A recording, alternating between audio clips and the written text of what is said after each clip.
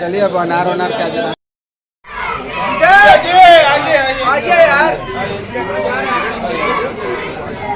आगे यार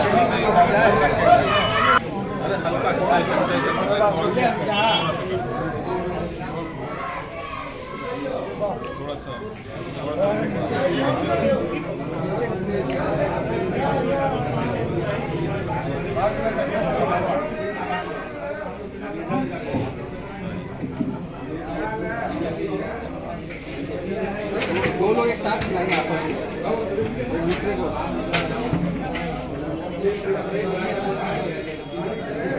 आइए अनूप जी।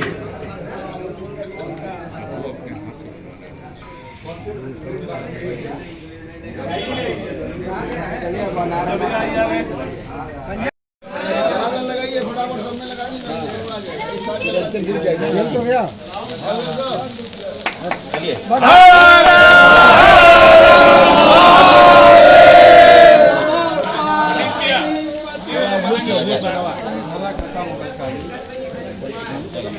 बधाई हो मोदी जी को, बधाई हो, बधाई हो, बधाई हो मोदी जी को बधाई हो, बधाई हो, बधाई हो मोदी जी को, बधाई हो।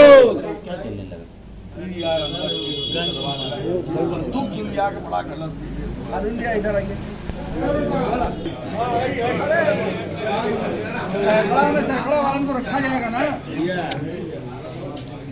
आइए सोमनाथ जी अंदर आइए।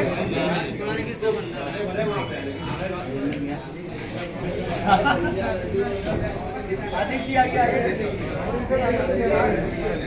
बधाई हो, बधाई हो मोदी जी को, बधाई हो, बधाई हो, बधाई हो मोदी जी को, बधाई हो।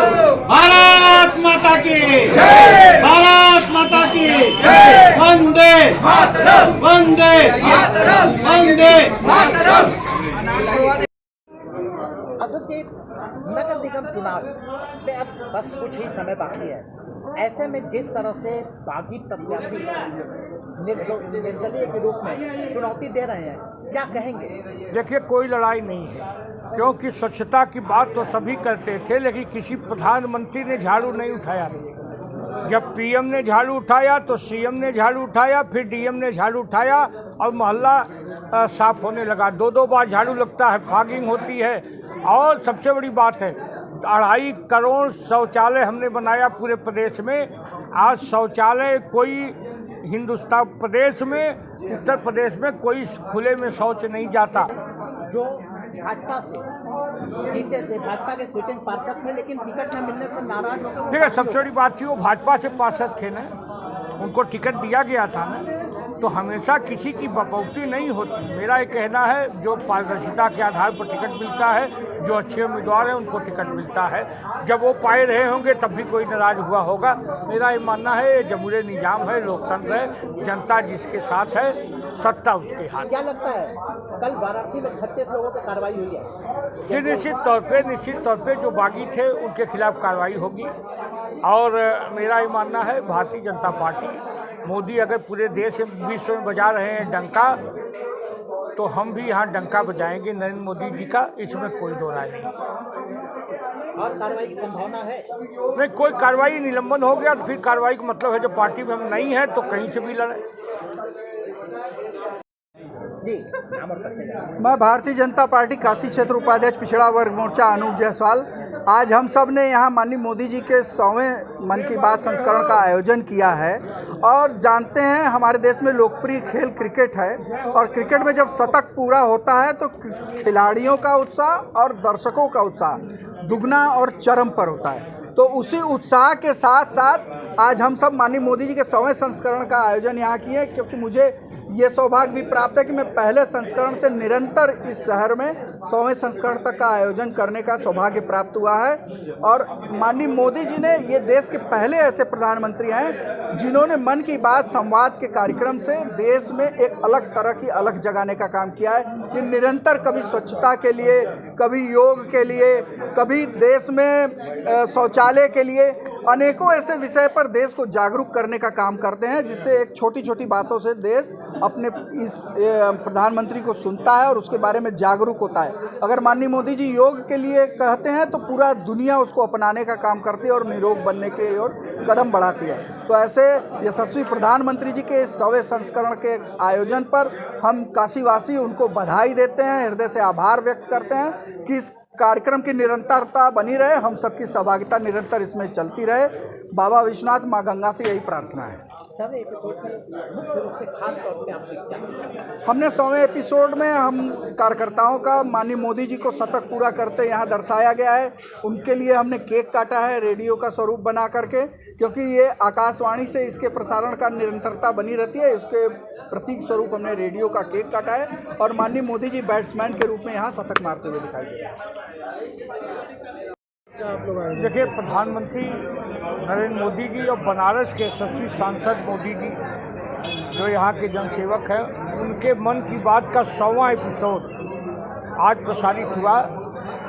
पहला एपिसोड जब हुआ था, पहली बात तो एक उन्होंने रेडियो जो मर रहा था, आकाशवाणी जीर्ण शीर्ण अवस्था में थी, उसे उभारने का काम किया।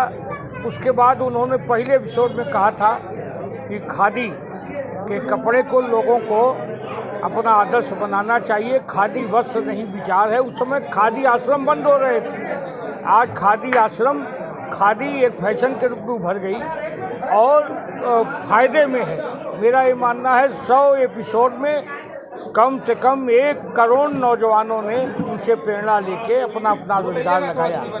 चाहे बनारस हो, MBA चाय वाला हो, चाहे इंजीनियर चाय वाला हो, चाहे बेरोजगार चाय वाला हो, लेकिन उनसे प्रेरणा लेके लोगों ने जिस तरह से अपना व्यापार लगाया, आज स्थिति है इस मुल्क में बेरोजगारी दूर हो रही है। सबसे महत्वपूर्ण बात है, जब पद्मश्री या पद्म विभूषण मिलता है तो मैं देखता हूँ वो महिलाएं या वो पुरुष आते हैं जिनके पास किराया नहीं है। कोई पानी बचा रहा था, कोई जिंदगानी बचा रहा था, कोई रवानी बचा रहा था, कोई हरित क्रांति बचा रहा था, पेड़ बचा रहा था, लेकिन कोई जानने वाला नहीं था। लेकिन जब से नरेंद्र मोदी जी प्रधानमंत्री हुए हैं, ऐसे ऐसे लोगों को पद्मश्री पद्म विभूषण पाते हुए देखता हूँ जिनके पास दिल्ली जाने का किराया नहीं है। बड़े हर्ष का विषय है कि उनके मन की बात अंतिम आदमी के विकास की बात होती है, ये सबसे बड़ी बात है। अशोक जी, कितना इंतजार रहता है? मन की बात महीने के आखिरी रविवार को होता है, लेकिन एक बार होने के बाद अगले एपिसोड का कितना इंतजार रहता है? देखिए, निश्चित इंतजार रहता है, क्योंकि किसी आदर्श को प्रस्तुत करते हैं। वो आदर्श होता है कोई नौजवान, कोई महिला, कोई विकलांग, कोई बेरोजगार, ये लोग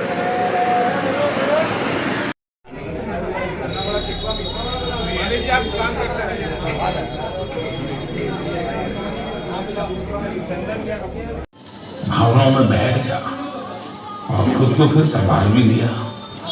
आपने मुझे मन की बात के 100वें एपिसोड पर बधाई दी। श्रोता है, हमारे देशवासी हैं।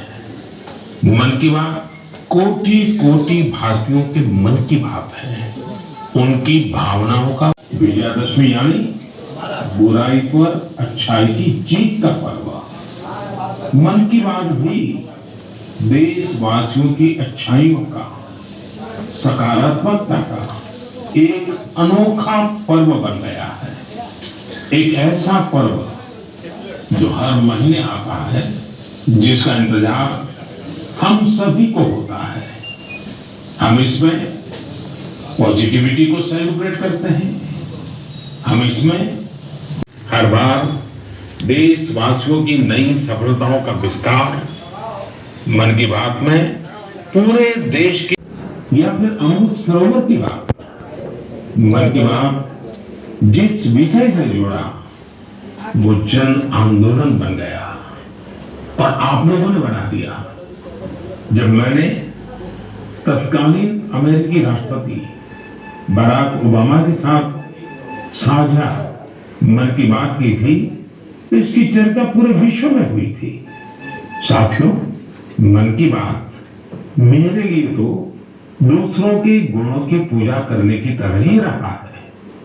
मेरे एक मार्गदर्शक थे। उनकी इस बात ने मुझे हमेशा प्रेरणा दी है। मन की बात दूसरों के गुणों से सीखने का बहुत बड़ा माध्यम बन गई है। मेरे प्यारे देशवासियों, इस कार्यक्रम ने मुझे कभी भी आपसे दूर नहीं होने दिया। मुझे याद है जब मैं गुजरात का मुख्यमंत्री था तो वहां सामान्य जन से मिलना जुलना स्वाभाविक रूप से हो ही जाता था। मुख्यमंत्री का कामकाज और कार्यकाल ऐसा ही होता है, मिलने जुलने के अवसर बहुत मिलते रहते हैं। लेकिन 2014 में दिल्ली आने के बाद मैंने पाया कि यहाँ का जीवन तो बहुत ही अलग है।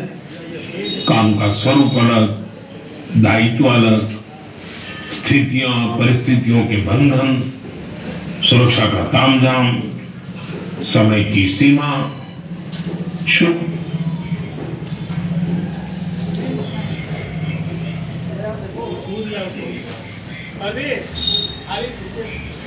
से जुड़ने का रास्ता दिया।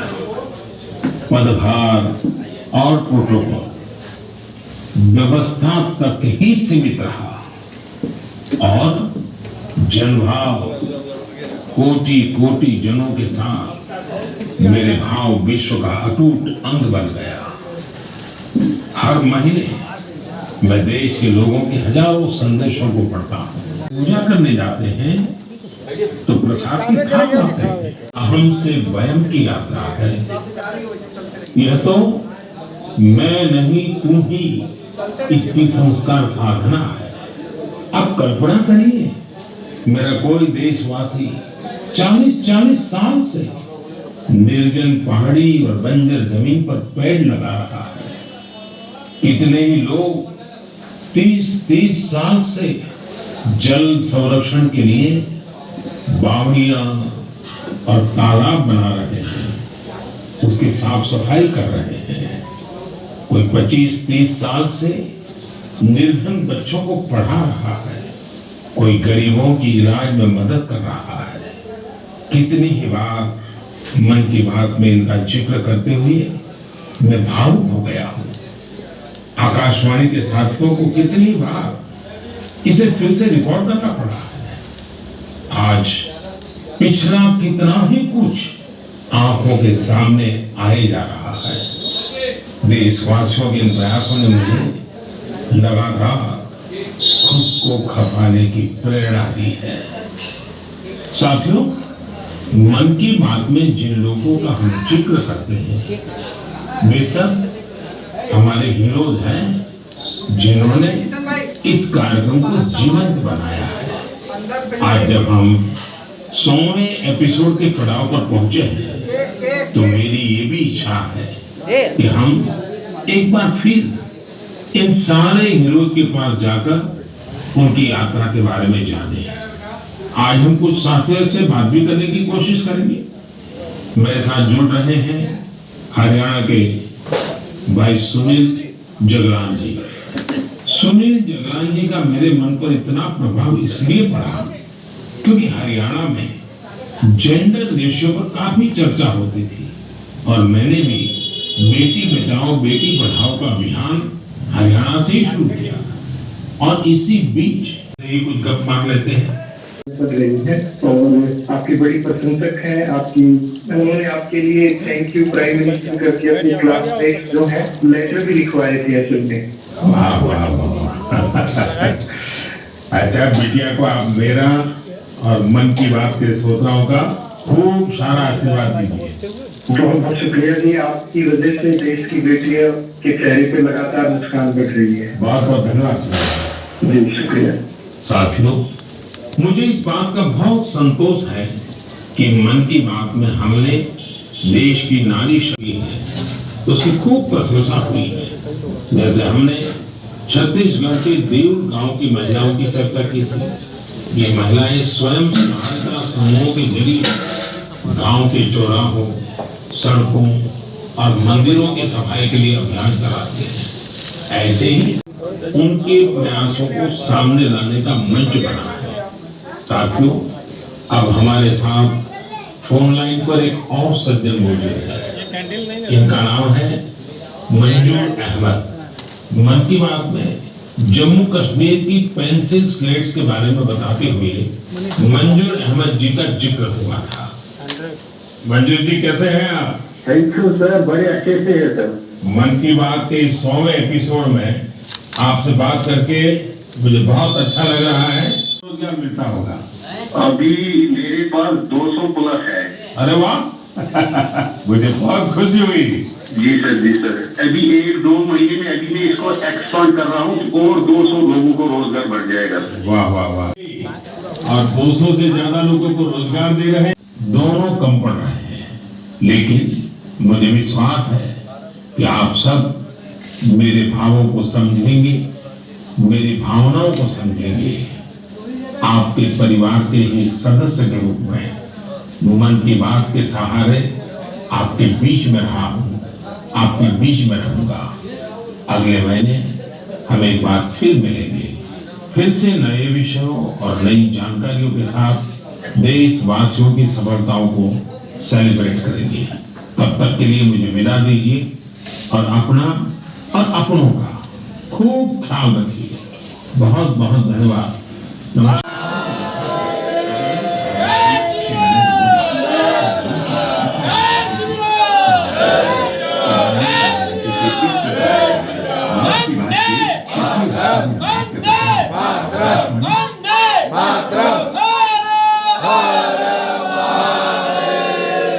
भारत माता की जय, भारत माता की जय, भारत माता की जय।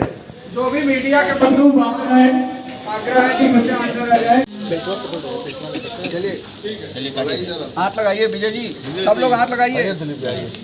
मोदी जी को बधाई हो, बधाई।